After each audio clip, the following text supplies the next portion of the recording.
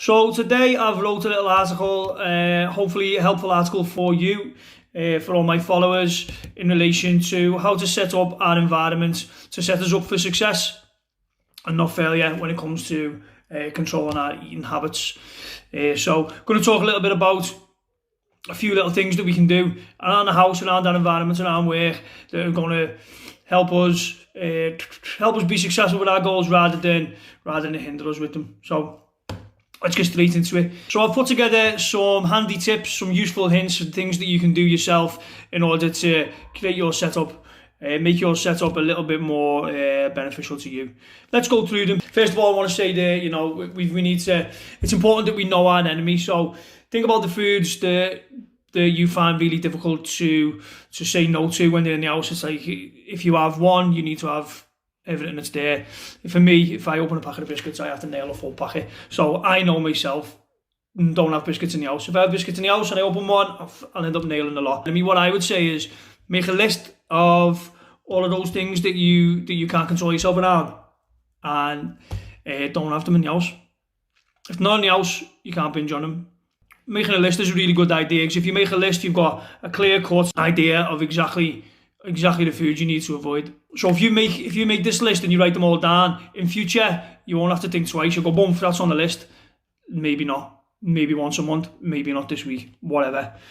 So like I say, if you don't have access to those foods in the house, that's a big thing. You can't pick them out the cupboard. You can't binge on them. You can't go, binge on a packet of biscuits again, didn't I? Because that's what I do. Number 2, visual cues. So yeah, visual cues. Visual cues, really common triggers for bad choices in the house. Just stupid things of where you put your sugary treats, your biscuits, whatever. If they're on eye level in the cupboard, as soon as you open the cupboard, you're gonna go, I'll have a go at that, Or another one is people leave bottles of wine on the side. Whatever wine you drink is on the side. As soon as you come in from work, fancy a glass of wine.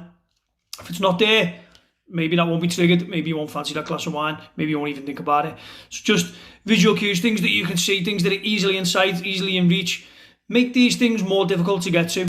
So, if you have got to have all of these things in the house, your sugary treats, your energy drinks, whatever it might be, it's a good idea to have them out of plain sight. Put them in a place where they're difficult to get to. If they're more difficult to get to, you might think twice about getting them. You might even forget that they're there.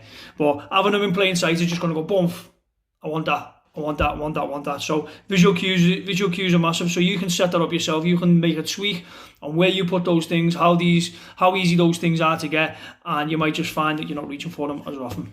Here's one that's not quite in keeping with your environmental setup so much, but you could sort of put your phone into your environmental setup, how you set up your phone. I used to follow loads of pages online. And you'd have you'd be posting all Boss Foods, all these belter foods, belter treats, cakes, all these mad things. And I'd as soon as I'd see one on the phone, I'd be like, fancy that, I feel hungry now. I wasn't hungry beforehand, but now that I've seen that, I feel hungry. So I would say, be careful what you follow on social media, because although you feel like it's great to see these things, what's actually happening is it's triggering you to feel hungry and you're going and eating. So I myself just unfollowed all of those pages. I don't see those things anymore, and I don't get triggered from your social media to go, I need to go and eat. So here's a mad one. Keep a clean kitchen. Sounds a bit mad. So research has shown that messy kitchens are associated with poor eating habits. Whether that because you feel a bit stressed out in the kitchen because it's messy and you just want to get in and out, so you make poor choices just to get in there and get out, or whatever. But research shows that there is an association between a messy kitchen and poor eating. So keep a clean kitchen. That's always a good idea. Stress-free. You're unlikely to go and stand in a pure messy kitchen and cook a nice nutritious meal. You just want to get in and get out. So it's a good idea to keep a clean kitchen. Okay, so also want to talk about limiting our choices. You've probably been in the same situation before where you've got so much stuff in the house that you'll just graze on it all day. Christmas is a big example. Like in my mum's house over Christmas, the cupboards are just rammed, and whenever I'm there, I'm just like, I'll go that. I'm not necessarily hungry. I'm just grazing because there's all great things there. So there's something to be said for keeping it simple, keeping your choices limited. So just have what you need for the week, and you're not going to find yourself going into this, going into that. So that's a good idea as well. These are all these things together mounting up now to set up a good environment and a good headspace for sticking to our goals.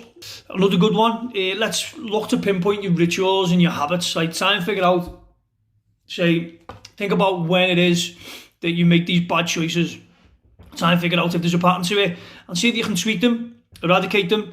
But maybe just tweaking them is alright if you can pinpoint where they are. Thinking of example, I don't know, what about if your favourite telly programme comes on, you like to have a few snacks.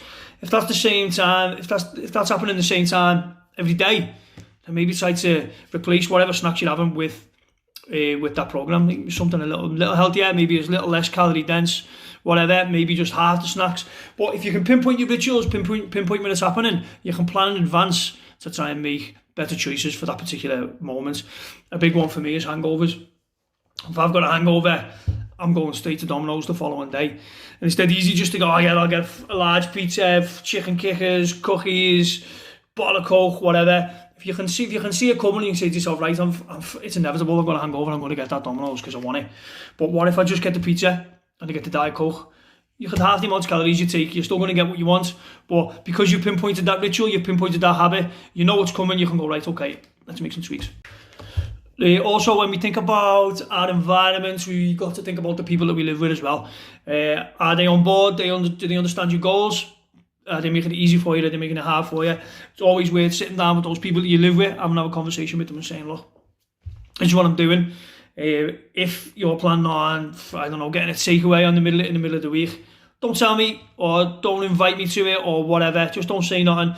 Just make sure you get them on board. There's a lot of the time the people that you're living with could be making things more difficult for you. Not intentionally at all, but unintentionally. So if you can have that open conversation with them, get them on board, get them supportive, that is a great idea, and it might save you a good few calories in the long run. I'm by no means an expert on all this, and there are some people out there who are massively knowledgeable on this subject. I just like to take bits and bobs that I find that I think my clients will find useful, and hopefully you'll find this useful as well. So environmental setup, very important in order to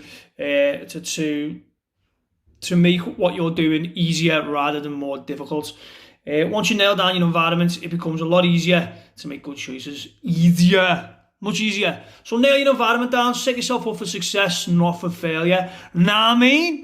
Alright then, I hope you found this useful. Genuine Help UK, give it a follow. Bye then.